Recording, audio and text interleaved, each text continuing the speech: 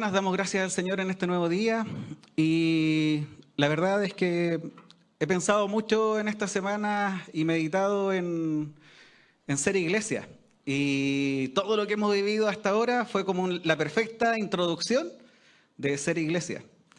Vemos caras nuevas constantemente y hay algunas que se han quedado con nosotros. Doy gracias al Señor por eso, porque me alegra mucho el poder verlos acá.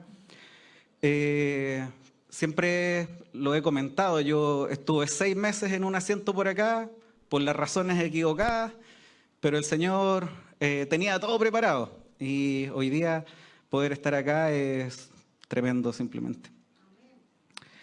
Hermano, yo soy un amante de la Iglesia Universal de Cristo, porque quiero hacer una diferencia para lo que voy a contar hoy día. Está la Iglesia Universal de Cristo y está la Iglesia Local de Cristo. La Iglesia Universal son todos los llamados del Señor, todos los redimidos por el Señor que se encuentran en todo lugar.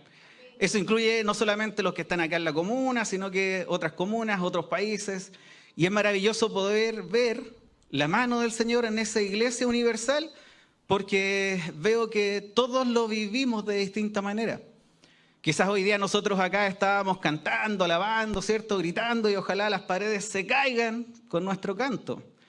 Pero en otro lugar del mundo seguramente hay un grupo de hermanos que no hay más de 4 o 5 y están adorando prácticamente en silencio, porque no pueden hacerlo de otra manera. Pero es la iglesia del Señor. No es que uno sea más o menos que el otro, simplemente sigue siendo la iglesia del Señor. Y es maravilloso el poder pensar y reflexionar en aquello.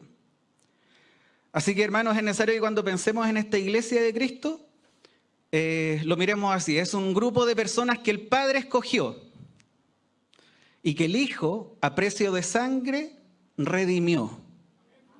Y que hoy día el Espíritu Santo trabaja en todos ellos para que estén preparados para la segunda venida del Señor. Entonces, cuando nosotros pensamos en la importancia también de la iglesia local y no solo la iglesia universal, meditaba cuando vemos las cartas de Pablo y nos damos cuenta de que todas son distintas. Todas tienen realidades particulares, problemas particulares y por lo tanto necesitaban también amonestaciones particulares. Si nosotros miramos la carta de los Romanos, Corintios, Gálatas, Efesios, Filipenses, Colosenses o Tesalonicenses, todas comparten el mismo evangelio, pero las exhortaciones, el ánimo, lo que se exalta de cada una de ellas es completamente diferente. Entonces, pensaba en estas cartas y decía, bueno, este último tiempo el Señor me ha permitido conocer otras iglesias. Y veía un poquito de lo mismo, es decir, hay iglesias que podrían ser unas un poquito más maduras que otras, otras con un poco más de problemas que otras, pero en todas el Señor quiere lo mismo, guiarlas a la santidad por medio de la obra del Espíritu Santo y la exhortación de su palabra. Y cuando nosotros pensamos en esta iglesia, Gálatas, Efesios, Corintios y las que ya nombré, es lo mismo. Habían unas más maduras que otras, otras con más problemas que otras, pero en todas el Espíritu Santo estaba obrando y eran exhortadas por medio de la palabra. Entonces vamos viendo la similitud entre estas iglesias que nosotros decimos, oh, podríamos ser como, no sé, los Efesios, y ¿por qué somos así nosotros? Pero todas tenían una realidad distinta. Pero la esencia es exactamente la misma en la iglesia del Señor. Y en este ser iglesia pensaban que el objetivo de la iglesia, nuestro Señor lo graficó diciendo que debíamos ser luz y sal en medio de este mundo. Y claro, hace un par de semanas hablábamos de las bodas del Cordero y veíamos como aquel pueblo escogido que estaba invitado a hacer esta bendición en medio del mundo, en vez de tomar su coinonía y bendecir al mundo, terminó enfermándose de coinonitis y terminaron amándose a ellos y odiando al mundo. Pero el Señor hoy día nos ha llamado a nosotros, que como ya vimos no merecíamos nada, no somos mejores que ellos. Sin embargo, el Señor tomó lo inmundo, ¿para qué? Para poder mostrar Él su obra, porque todo depende de Él. Entonces venía acá la reflexión y decía, bueno, realmente, hermanos, nosotros estamos siendo mejores que ellos. ¿Realmente estamos siendo luz y sal en medio de este mundo? Las iglesias parecen ser muy variadas, y la verdad es que las personas que las componen, las personalidades de cada uno de nosotros también lo son. Y es por eso que todas las iglesias parecieran ser tan diferentes unas de otras. Y como te dije en un comienzo, amo la Iglesia Universal, pero siento que no tendría ningún sentido si es que fuera incapaz de amar mi iglesia local. No tengo duda de que el Señor me trajo a esta iglesia para poder conocer y compartir a cada uno de ustedes. Pero al mismo tiempo, he visto cómo en este último tiempo el Señor ha hecho crecer un amor por la iglesia. Y pensaba en esto cuando el pastor me pidió compartir nuevamente. Pensaba en este amor que hoy día nosotros disfrutamos, tenemos, y veo la mano del Señor en tantos hermanos que están acá, que no voy a nombrarlos, pero veo la mano del Señor. Entonces el pasaje que quiero compartir hoy día es una oración. Y en realidad es simplemente una pequeña porción de esta oración. Esta es una oración que hace Pablo por los Efesios. Aquellos que trajeron sus Biblias pueden ir a esta carta a los Efesios en el capítulo 1, los versículos del 15 al 18. ¿Por qué es tan importante esta oración? Porque esta oración es muy especial. Comienza primero Pablo dando gracias por la iglesia de los Efesios y después empieza con un anhelo para la iglesia, para terminar diciendo cuál es el objetivo de la iglesia. Es una preciosa oración. Y hoy día yo creo que voy a alcanzar a hablar de por qué dar gracias por nuestra iglesia y al mismo tiempo cuál es mi deseo o mi anhelo, que es el mismo de Pablo y que es el mismo del Señor, para todos nosotros. Así que los invito a que podamos meditar en la palabra del Señor, que veamos qué dice Pablo a los Efesios en el capítulo 1, los versículos del 15 al 18. La palabra de Dios dice: por esta causa también yo, habiendo oído de vuestra fe en el Señor Jesús y de vuestro amor para con todos los santos, no ceso de dar gracias por vosotros, haciendo memoria de vosotros en mis oraciones, para que el Dios de nuestro Señor Jesucristo, el Padre de gloria, os dé espíritu de sabiduría y de revelación en el conocimiento de Él, alumbrando los ojos de vuestro entendimiento, para que sepáis cuál es la esperanza a que Él os ha llamado y cuáles son las riquezas de la gloria de su herencia en los santos. Padre, te damos tantas gracias por tu palabra. Sabemos que ilumina, que transforma nuestras vidas. Y a esta hora yo te ruego en el nombre de Jesús, Señor, que sea depositada en nuestros corazones para poder vivirla y dar fruto y fruto en abundancia. Es nuestro anhelo, nuestro ruego hasta ahora, y te damos gracias por todo en el nombre de Jesús. Amén. Y me gusta mucho esta oración y pensaba en esta oración para nosotros el día de hoy. Cuando nosotros vamos a ver una versión un poco más actual en la NTV, los primeros 2 versículos dice: desde que me enteré de su profunda fe en el Señor Jesús y del amor que tienen por el pueblo de Dios en todas partes, no he dejado de dar gracias a Dios por ustedes. Los recuerdo constantemente en mis oraciones.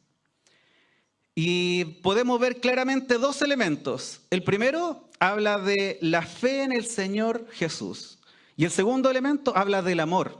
El amor que tienen por el pueblo de Dios en todas partes, el cual es imposible tener si no amamos a Dios, si no amamos a nuestra iglesia local y después amar a los santos de todas partes. Y claro, Pablo lo exalta, ¿cierto? Dice: doy gracias por ustedes, por estos 2 elementos. Pero al mismo tiempo pensaba y decía, bueno, deberían ser 2 elementos básicos en cualquier iglesia del Señor. Hablamos de fe y hablamos de amor. Y si pensáramos en una iglesia sin fe y sin amor, no sé si podríamos estar hablando de una iglesia. Entonces, quiero que analicemos estos 2 elementos en la vida de la iglesia de los Efesios para que también podamos nosotros vernos frente a este espejo y ver cómo estamos. Esta fe en el Señor Jesús es maravillosa porque hoy día todos nosotros decimos que vivimos por fe. Hemos predicado también acá respecto a la fe. En Hebreos 11:6 dice que sin fe es imposible agradar a Dios. Y quiero resaltar la palabra imposible. Es decir, aquel que no tiene fe no puede simplemente agradar a Dios. Y esta fe, cuando Hebreos justamente en su capítulo 11, en el versículo 1, la describe, una versión también actual, dice que es la confianza en lo que esperamos y la certeza de lo que no vemos. Y qué difícil es esto, ¿cierto?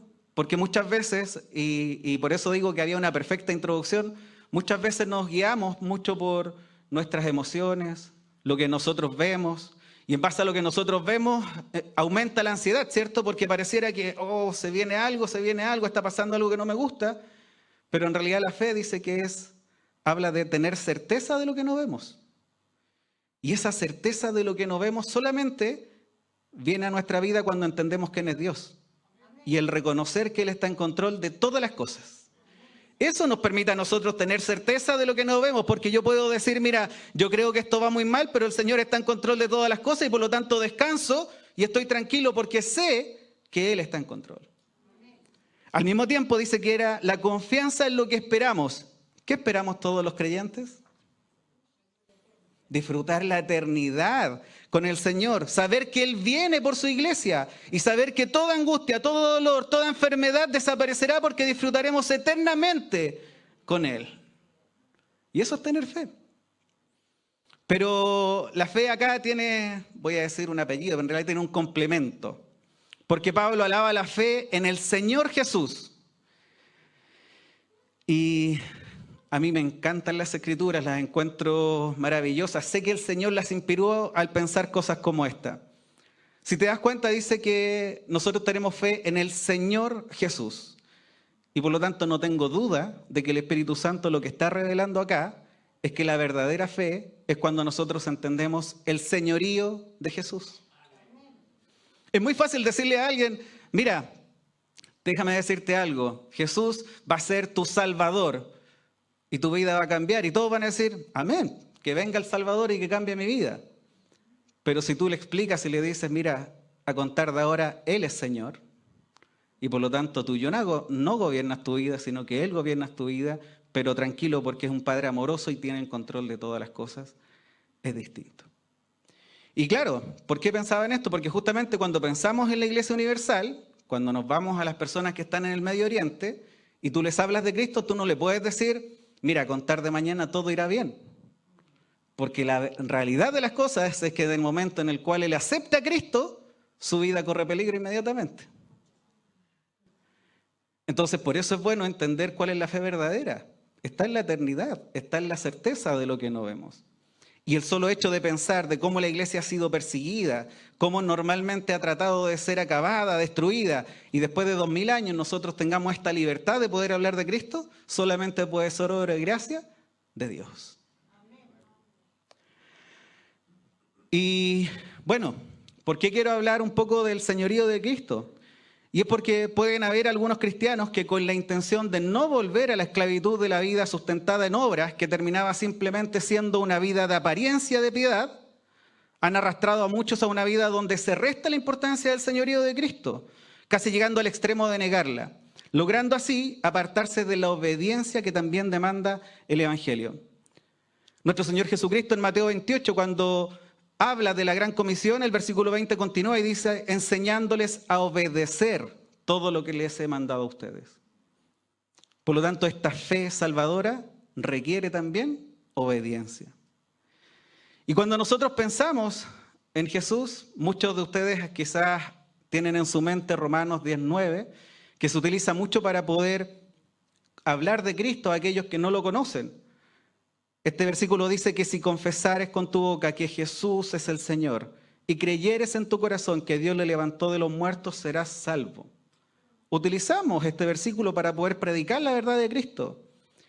Pero mira lo que dice que si confiesas con tu boca que Jesús es el Señor. Una vez que haces eso, puedes recibir salvación. No quiero restar mérito a algo que leí del pastor John MacArthur, porque creo que lo dice de forma simple pero profunda.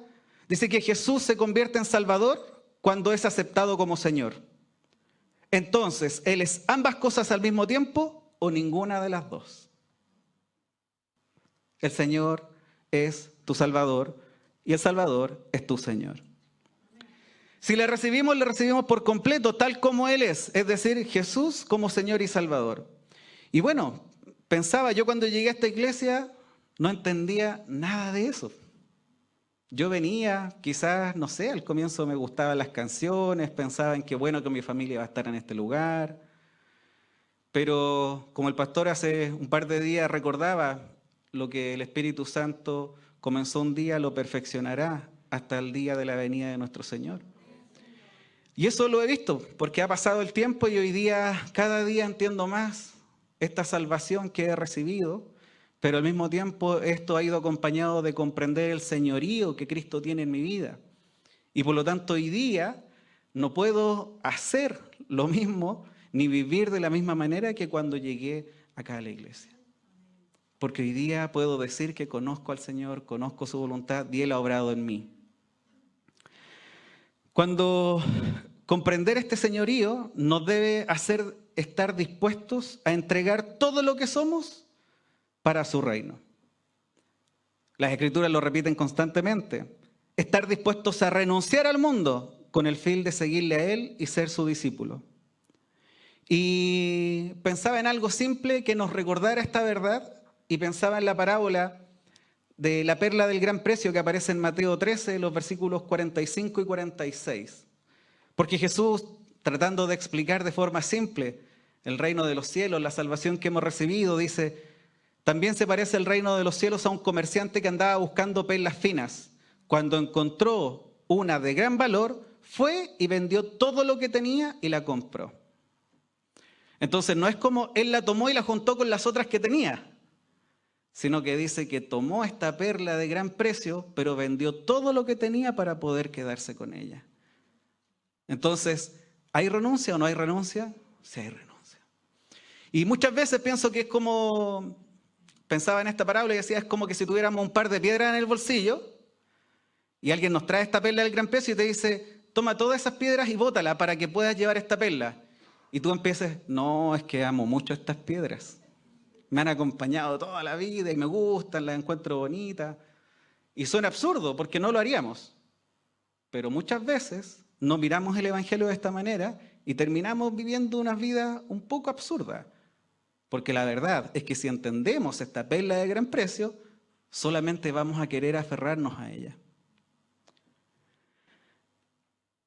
Si realmente consideras a Jesús como tu Salvador, entonces debes mirarlo como tu Señor. Y esto tiene como consecuencia implícita la obediencia a su señorío. El poder llevar a cabo esta obediencia requiere fe verdadera o fe salvadora. Y acá en este punto de la fe quiero hacer una especie de pausa porque cuando pienso en esta fe en el Señor Jesús, pienso en su señorío, también tengo que entender de que esta fe incluye que reconozco que Él está en control de todas las cosas sin excepción. Y quiero contarte una historia de John Wesley. Este hombre es un tremendo hombre que el Señor utilizó para provocar un avivamiento. Y la historia dice que él a finales de 1735 viajó a América para servir como pastor a los colonos británicos en Georgia. Él era el capellán del barco. Pero vino una tormenta, una gran tormenta, y dice que él temió por su vida. Pero en este mismo barco iba un grupo de misioneros protestantes moravos alemanes. Y dice que estos, mientras estaba la tormenta, cantaban y alababan al Señor. Y decía que en el momento donde la tormenta parecía que iba a destruir el barco, estos parecía más calma, tenían cantando y alabando al Señor. Entonces, él, el pastor, el capellán del barco, tenía mucho miedo. Este grupo de misioneros no tenía ningún problema. Entonces, cuando llegan al destino del viaje, se acerca el líder de este grupo de misioneros y les pregunta, así como, ¿qué comieron? ¿Cómo lo hicieron? Y la respuesta que recibió del líder de este grupo de misioneros fue, ¿tú eres cristiano?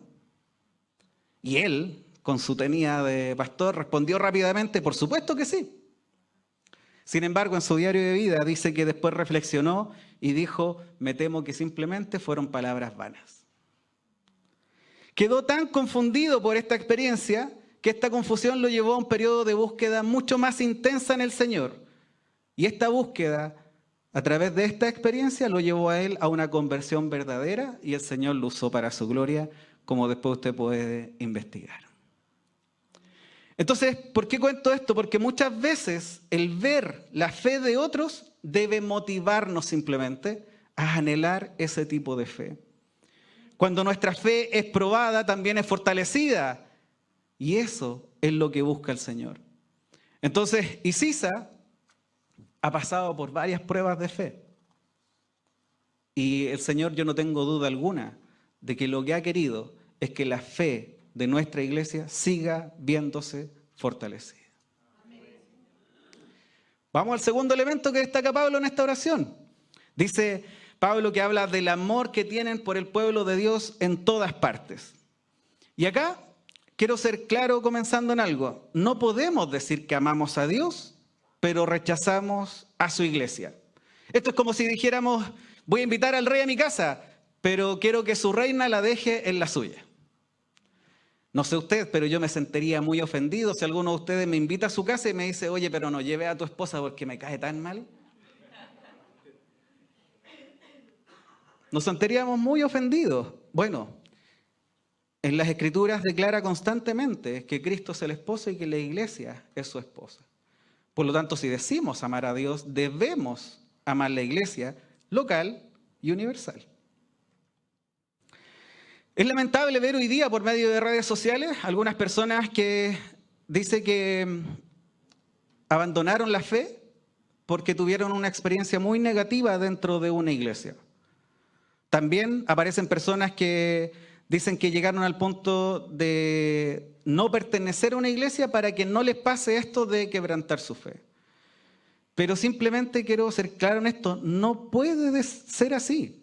Si decimos amar a Dios, debemos, y si reconocemos tan grande sacrificio del Señor, entonces simplemente la consecuencia de aquello tiene que ser querer pertenecer a su iglesia, estar con su iglesia, amar a su iglesia. Por eso es que hoy día domingo, bien dijo el pastor, el Señor nos trajo acá a todos nosotros. Porque queremos exaltar su nombre, porque queremos conocerle más por medio de su palabra y porque quiero disfrutar de ese amor que hoy día son la extensión de ese amor de Dios, mis hermanos.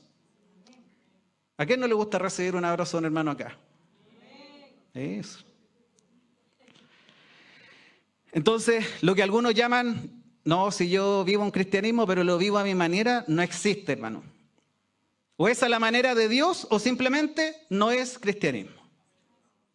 Y cuando hablo de este amor a la iglesia, hablo del amor que Pablo destaca en esta carta. Un amor por todo el pueblo de Dios que está repartido en todas partes. Y entiéndase amor, no como lo pinta el mundo. No es que, siento mariposas en mi estómago cada vez que veo a mi hermano allá. No funciona así. Hablamos de un amor porque hablamos de una decisión en la cual estoy dispuesto para poder sacrificarme en beneficio de mi hermano. Y por lo tanto es una decisión y es obra del Espíritu Santo obrando en nosotros. Y voy a citar algunos pasajes que están en las Escrituras donde Juan, hablando en su primera carta, hace referencia a este amor.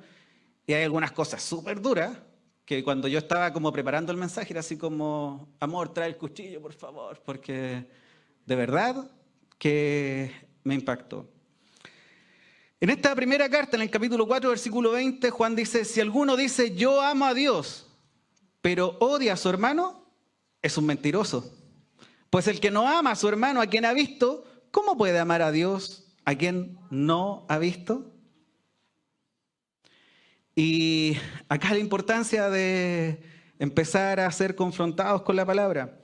Yo doy gracias al Señor por Isisa porque acá nosotros hoy día tenemos personalidades diferentes, todos somos distintos y es parte de la maravilla que el Señor ha hecho. Incluso en este último tiempo el Señor me ha permitido conocer personas, hermanos que pertenecen a distintas iglesias lejanas. He conocido hermanos este último tiempo de Colombia, de Brasil, de México especialmente, con un amor tremendo por el Señor, o de Estados Unidos. Incluso hace poco alguien me contactó por Facebook y él se encontraba en Pakistán. Y he visto algunos videos y es increíble.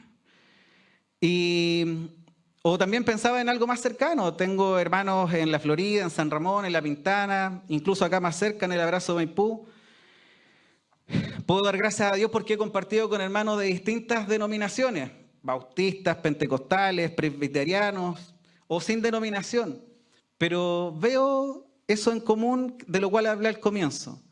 Personas que han sido regeneradas, que el Señor ha tomado y que el Señor ha transformado para que ellos vivan una nueva vida y sean luz y sal en medio de este mundo. Me anima mucho cuando nuestra iglesia, nuestros jóvenes, el rompe rutina, hay muchos jóvenes que tienen esa alma misionera. Lo han visto, ¿cierto? Y esta alma misionera, les ha llevado justamente a amar a esta iglesia de Dios universal. Pero cuando pienso en ellos, cuando pienso en mí, pienso que todo este amor debe comenzar acá en la casa. Si realmente queremos que la iglesia de Cristo se expanda hasta los confines de la tierra, si realmente queremos que cada día aparezcan más iglesias de sana doctrina, si realmente queremos cumplir con la gran comisión y llevar el evangelio a toda criatura, entonces primero debemos amar a Dios y debemos amar a nuestra iglesia local. Cuando el Señor envía a los apóstoles, en Hechos 1:8 dice, pero cuando venga sobre ustedes el Espíritu Santo, recibirán poder y serán mis testigos en Jerusalén, en Judea, en Samaria y hasta los últimos de la tierra. Y algunos piensan que Chile es lo último de la tierra. Pero lo importante acá es que comencemos acá, fortalezcámonos acá, crezcamos acá y vamos afectando nuestro entorno hasta que lleguemos a lo último de la tierra. Ese es el mandato. Entonces pensaba en esto y tenemos una necesidad tan grande, iglesia, de crecer y de amarnos para que podamos realmente cumplir con esta gran comisión y afectar nuestra comunidad y el día de mañana afectar el mundo entero. El Señor nos ha traído a todos a este lugar y he comprendido, a pesar de mi razón, que las casualidades no existen. El tiempo me ha enseñado que yo estoy en esta iglesia porque el Señor así lo decidió. Hoy día confío en sus propósitos santos de la misma manera en que confío el por qué tú estás acá hoy día en este día. Porque sé que las casualidades no existen. Y qué maravilloso es pensar en una iglesia que es capaz de amar a Dios de tal forma, como seguramente lo hacía esta iglesia de los Efesios, el amor que tienen que haber tenido entre ellos y que esto se viera y fuera visible en el mundo, debe haber sido maravilloso. ¿Y por qué sabemos que es así? Porque Pablo dice, habiendo oído. Es decir, se escuchaba sobre este amor que tenía la iglesia. Pensando en este amor a la iglesia universal, yo te quiero preguntar hoy día, hermano, ¿qué tanto oras por la iglesia perseguida? ¿Qué tanto oras para que el Señor siga plantando iglesias? ¿Qué tanto oras para que muchos hoy día salgan de mal llamadas iglesias que solamente proclaman prosperidad en vez de proclamar el verdadero evangelio? O más aún, ¿cuántos de tus recursos has destinado para apoyar alguna misión en el mundo? Y todo esto que acabo de preguntar es un ideal, pero la verdad es que hay un paso previo que es mucho más cercano, mucho más contundente e importante. Y te tengo que preguntar, ¿cuánto oras por tu iglesia local, por ICISA? ¿Cuánto oras para que ICISA pueda ir y plantar una nueva obra en otra comuna, de donde vienen tantos hermanos, por ejemplo? ¿Cuánto oras para que si llega un miembro, él pueda sentirse realmente acogido y pueda conocer el verdadero evangelio? Al mismo tiempo, ¿qué tan generoso eres hoy día con tus recursos para que en nuestra iglesia no haya necesidades?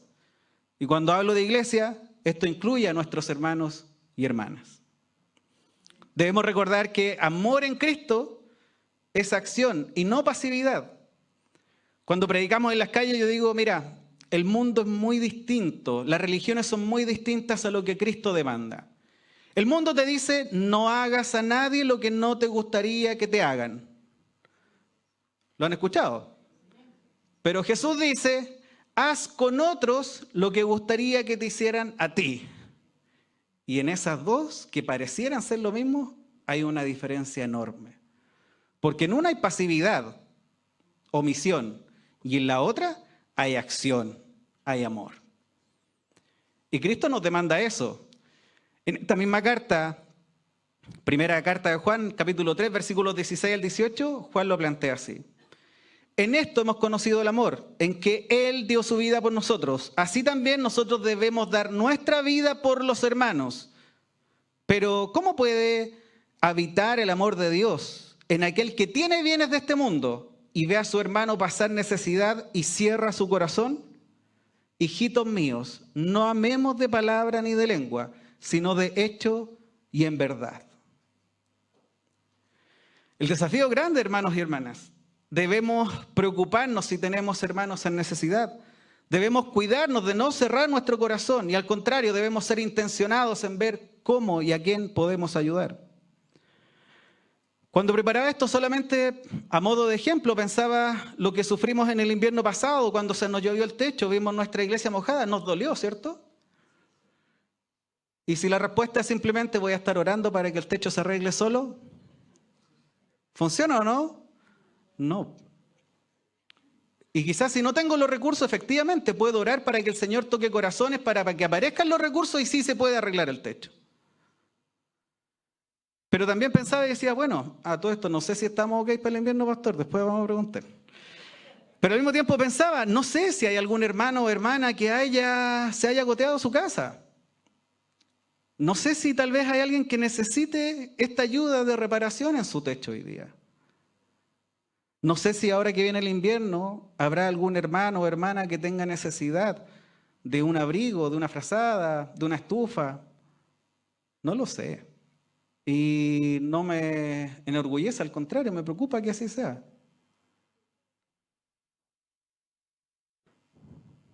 Una vez que todas estas necesidades locales sean cubiertas, realmente podremos ver si vamos a hacer impacto afuera, en otro lugar. Mientras más fuerte sea nuestra iglesia en su amor, en su coinonía, claramente el Señor la va a usar para poder tener un impacto en medio de nuestra comunidad. Pensaba y decía, a veces he escuchado a algunos decir, oh, yo amo a tal hermano, pero lo amo en el Señor. Yo sabía que se iban a reír, oh, qué malo esto. ¿Por qué? Porque ese pero lo amo en el Señor es casi decir, mira, yo a ese no lo paso. Pero el Señor lo trajo acá, así que tengo que aguantarlo. Y no está bien. El Señor no quiere que tú aguantes a tu hermano. El Señor quiere que tú ames a tu hermano. Y por lo tanto, este amor a tu hermano tiene que ver con someterse al señorío de Cristo. Ya cuando hablamos del señorío de Cristo significa que nuestra voluntad, nuestras decisiones, lo que yo quiero hacer desaparece porque lo pongo a los pies del Señor. Y cuando me someto a los pies del Señor, empiezo a hacer las cosas por amor a Él y empiezo a andar en el Espíritu y ya no en la carne. Algo que hemos venido hablando hace un par de semanas.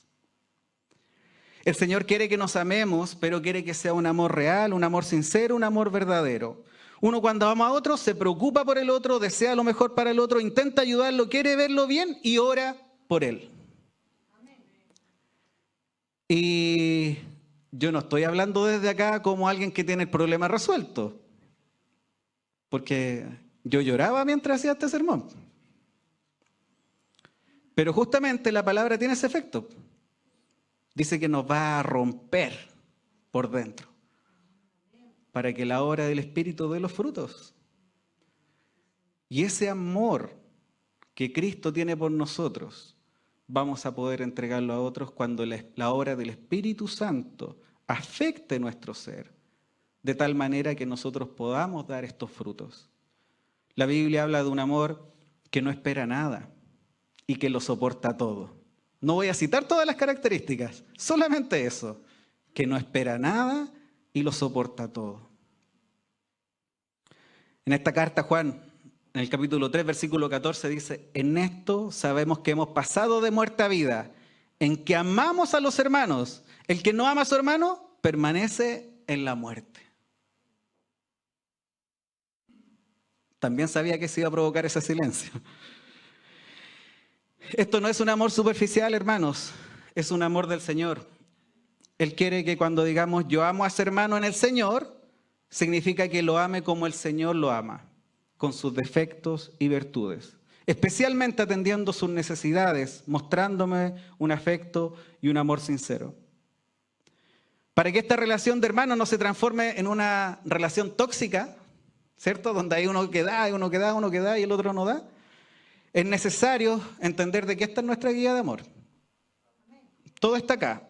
Es decir, todos nosotros como iglesia, como hermanos, debemos estar dispuestos a ser exhortados, corregidos, desafiados y animados a madurar en la fe. Y esto debe ser de forma constante. Vamos a ser medidos con lo que declaran las Escrituras, porque aquel que rechaza la verdad, aquel que rechaza lo que Dios ha dispuesto para nuestras vidas, entonces no es mi hermano. Y bueno, hablamos de fe, hablamos de amor, pero por tiempo tengo que seguir en esta carta. El versículo 17, en la versión NBI, dice: pido que el Dios de nuestro Señor Jesucristo, el Padre glorioso, les dé el espíritu de sabiduría y revelación para que lo conozcan mejor. Y para mí esto es el cómo. Mientras nosotros más conozcamos a Dios y el Señor se revela en nuestras vidas, nosotros vamos a poder hacer lo que estábamos hablando recién. La esencia de esta oración es que la iglesia comprenda quiénes son ahora en esta nueva naturaleza para poder comprender bien cómo y quién es Dios. Y qué importante esta oración por la iglesia, porque solo el Señor puede revelar sabiduría de la realidad de este mundo espiritual. Solo el Señor, por medio de su Espíritu Santo, puede dar convicción de pecado. Y solo el Señor puede transformar nuestras vidas para que crezcamos y maduremos. Por lo tanto, debemos ser como Pablo y orar para que se revele cada vez más el conocimiento de Dios en nuestra iglesia si queremos crecer e impactar a la comunidad. Hoy contamos con las Escrituras, las cuales han costado muchas vidas para poder nosotros tenerla y poder leerla en nuestro propio idioma. Y muchas veces algunos quieren vivir la vida con el sermón del domingo solamente. Pero si lo viéramos de esa forma, en realidad lo que estamos haciendo es desechar esta revelación que ya ha sido entregada. Yo soy de los que digo, a mí me encantaría que Dios me hable en voz audible. Y es como que el Señor me dijera, bueno, pero primero termina de recibir lo que ya te dije. Muchas veces como creyentes queremos que las cosas sean aquí y ahora, pero las cosas no funcionan así. Yo sé que muchos de nosotros nos gustaría vivir una vida santa y sin pecado a contar de que crucemos esa puerta. ¿Amén? La realidad de Dios es que ha dispuesto medios de gracia para que nosotros podamos conocerlo mejor. La oración, la meditación de su palabra son, como se dice coloquialmente, solamente el piso o el desde. Y muchas veces ni siquiera eso hacemos. Debemos entender que la respuesta a nuestras inquietudes, a nuestras dudas, ya se encuentran respondidas y están acá. Cuando seguimos en el verso 18 dice: pido también que les sean iluminados los ojos del corazón para que sepan a qué esperanza Él los ha llamado, cuál es la riqueza de su gloriosa herencia entre el pueblo santo. Y lo primero que cuando leí esto dije, ¿pero a qué se refiere con los ojos del corazón? Si mi corazón no tiene ojos. En los tiempos de Pablo, muchos consideraban al corazón como el centro del conocimiento, del entendimiento, del pensamiento y la sabiduría. Por lo tanto, esto hace referencia a algo mucho más racional que sentimental o emocional. Por eso dice, para que sepan y no para que sientan. Las emociones son importantes, díganmelo a mí. Pero estas son confiables cuando están guiadas y controladas por la verdad de Dios. Por eso Pablo a los colosenses les decía que la palabra de Cristo debía morar en abundancia en nosotros. Si queremos realmente ser guiados por la verdad de Dios, entonces debemos conocerla. Pablo pide que la iglesia sepa, comprenda, entienda y viva la esperanza a la cual ha sido llamada. Que comprendamos la magnitud de la riqueza y la gloriosa herencia que hemos recibido. Hermanos y hermanas, realmente, si entendemos lo que significa que hayamos sido llamados por el Señor para ser parte de su iglesia, si realmente lográramos apreciar tan grande amor que hemos recibido para ser llamados hijos del Dios Altísimo, Creador del cielo y la tierra, cuyo nombre está sobre todo nombre. Cuando comprendemos eso, nuestra vida no puede ser la misma. La oración de Pablo es para que comprendan qué significa esta nueva identidad en Cristo. Que la iglesia, que es destacada por su fe y por su amor, ahora pueda crecer y que pueda ser de impacto para que realmente entiendan lo que implica esta gran posición. Hasta que comprendemos quiénes somos en verdad, es muy difícil vivir una vida plena y en obediencia. Cuando entendemos esta vida, que tenemos este precioso tesoro, podemos avanzar en esto. Y para terminar, hermano, te quiero contar una historia similar a la de John Wesley, pero que me pasó a mí hace poquito. En esta oración, que habla de la fe, que habla del amor y habla de la importancia de conocer a Dios y crecer para que entendamos nuestra nueva posición y podamos afectar a la comunidad, pensaba y evaluaba mi propia fe. Y voy a contar esto con el permiso de la Connie, porque me sentí que era yo, John Wesley, y que ella fue ese grupo de misioneros.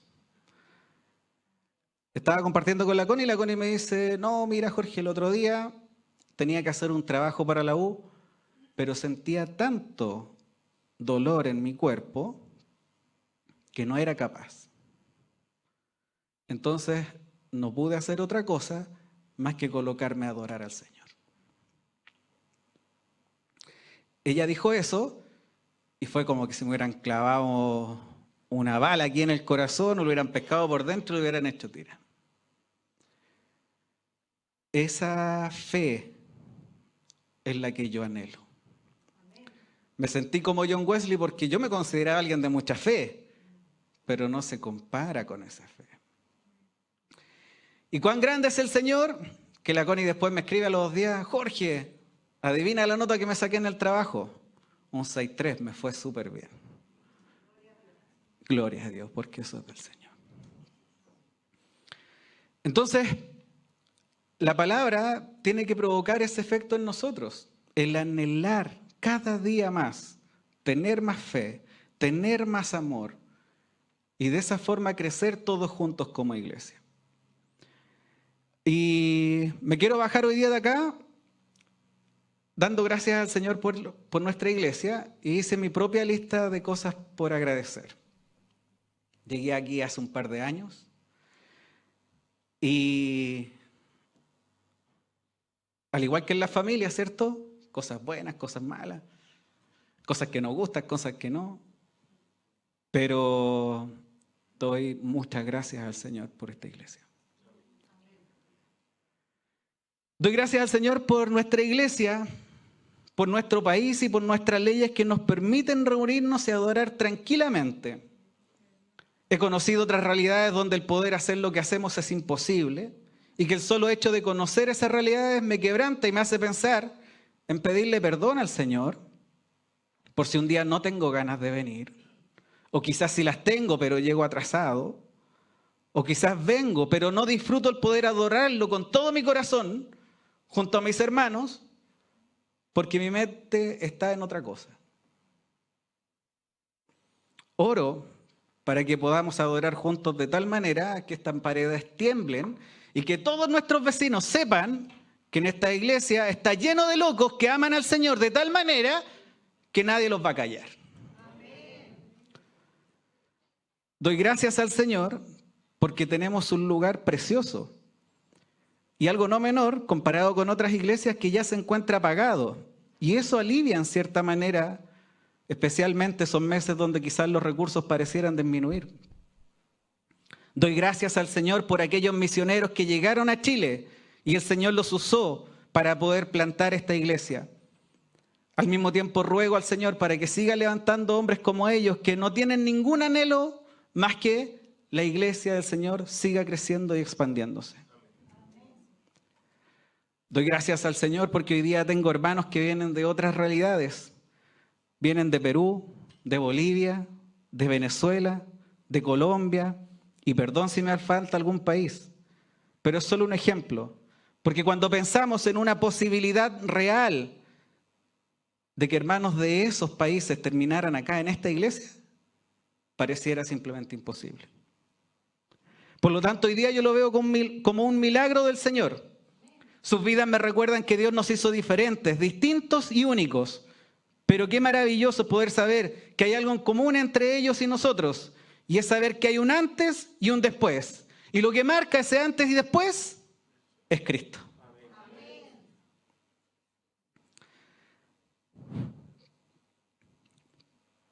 Doy gracias al Señor porque tenemos hoy día un pastor que el Señor llamó por gracia, que lo sacó de su vida de revolución y del rock para llevarlo a servir por más de 40 años con la visión de que el mundo pueda conocer la gracia de Cristo, la obra del Espíritu Santo, y que la religiosidad falsa y de apariencia solo logra hacernos más parecidos a un fariseo que al Cristo que decimos amar.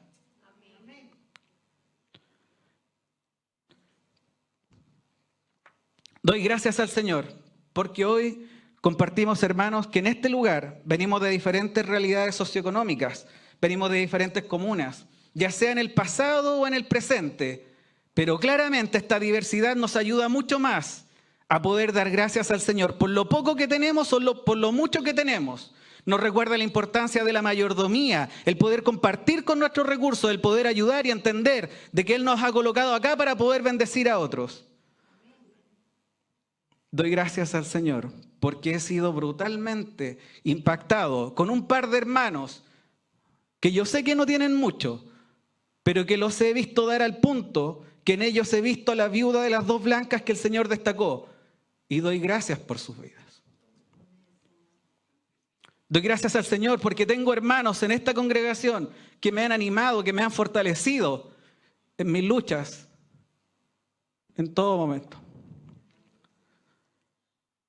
Doy gracias al Señor por hermanos como Mauricio, la familia de la Connie, la familia del pastor Patricio, la familia de nuestra hermana Janet, la familia de Domingo, Betty, Francisco, Muñoz y tantos otros hermanos que con sus vidas de ejemplo han revelado la fortaleza y el consuelo que da el poder vivir en Cristo a pesar del dolor, a pesar de la angustia o a pesar de la enfermedad que vamos a encontrar en este lado de la vida.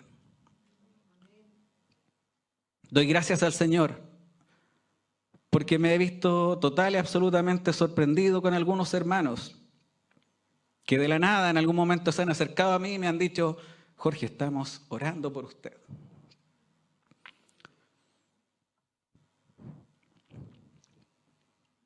Una hermana una vez me dijo: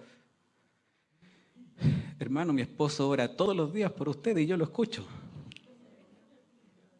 Gloria a Dios por eso. Doy gracias al Señor porque hoy día puedo ver tantos niños en nuestra iglesia, lo cual es un tremendo motivo de esperanza. El solo hecho de pensar que viene una generación que va a poder servir en el temor del Señor y que hoy día están en una iglesia donde tienen tíos y tías que los aman y los respetan como hermanos pequeños en el Señor. Oro para que sean sus padres los que asuman con un temor reverente la responsabilidad que tienen de llevarlos a Cristo y que estos no quieran entregar esa tremenda responsabilidad a otros, porque es un precioso regalo del Señor en nuestras vidas. Doy gracias al Señor porque el Señor trajo a este lugar a mi cuñada, a mi hermana, y confío que en algún momento podrá traer también al resto de mi familia.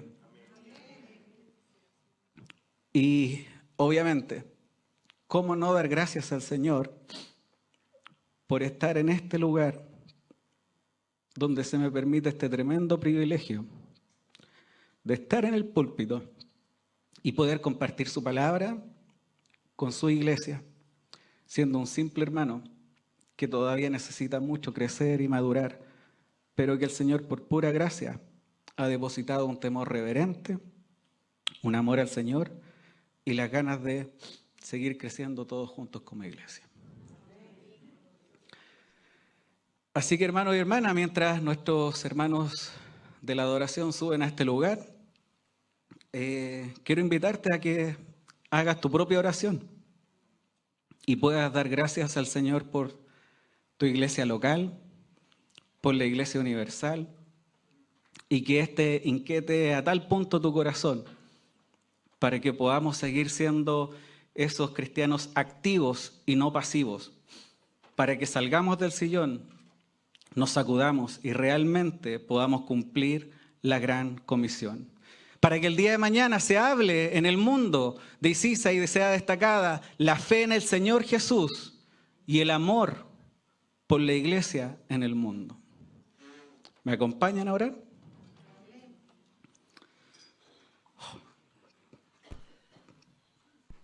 Padre, te damos tantas gracias, Señor, por este día, por tu palabra que nos anima, que nos exhorta, que coloca nuestros pies en la tierra, pero nos hace mirar al cielo. Nos hace realmente que nuestra fe crezca, que podamos confiar en tu obra, en tu Espíritu Santo. Te doy gracias, Padre, por este momento, por tu amor, por tu misericordia y por tantas cosas que has hecho en medio de nuestras vidas. Permítenos, Señor, que nuestra mirada sea como la tuya, que nuestro amor y nuestra misericordia sean como tu amor y tu misericordia. Y ayúdanos a crecer, Señor, porque sé que la única forma en la cual nosotros vamos a crecer es por una obra sobrenatural de tu Espíritu Santo en nosotros. Danos un temor reverente para poder avanzar en este bendito llamado en esta iglesia. Haznos conocedores de aquellos hermanos que quizás tienen problemas, necesidad, y que si nosotros tenemos algo con lo cual podemos alivianar esa carga, podamos hacerlo. Y que siempre, Señor, toda la gloria, toda la honra sea para ti. Porque en nosotros no hay nada más, Señor, que la obra que tú has hecho en nosotros. Te alabamos, Señor, y te damos gracias en el poderoso nombre de Jesús. Amén y amén.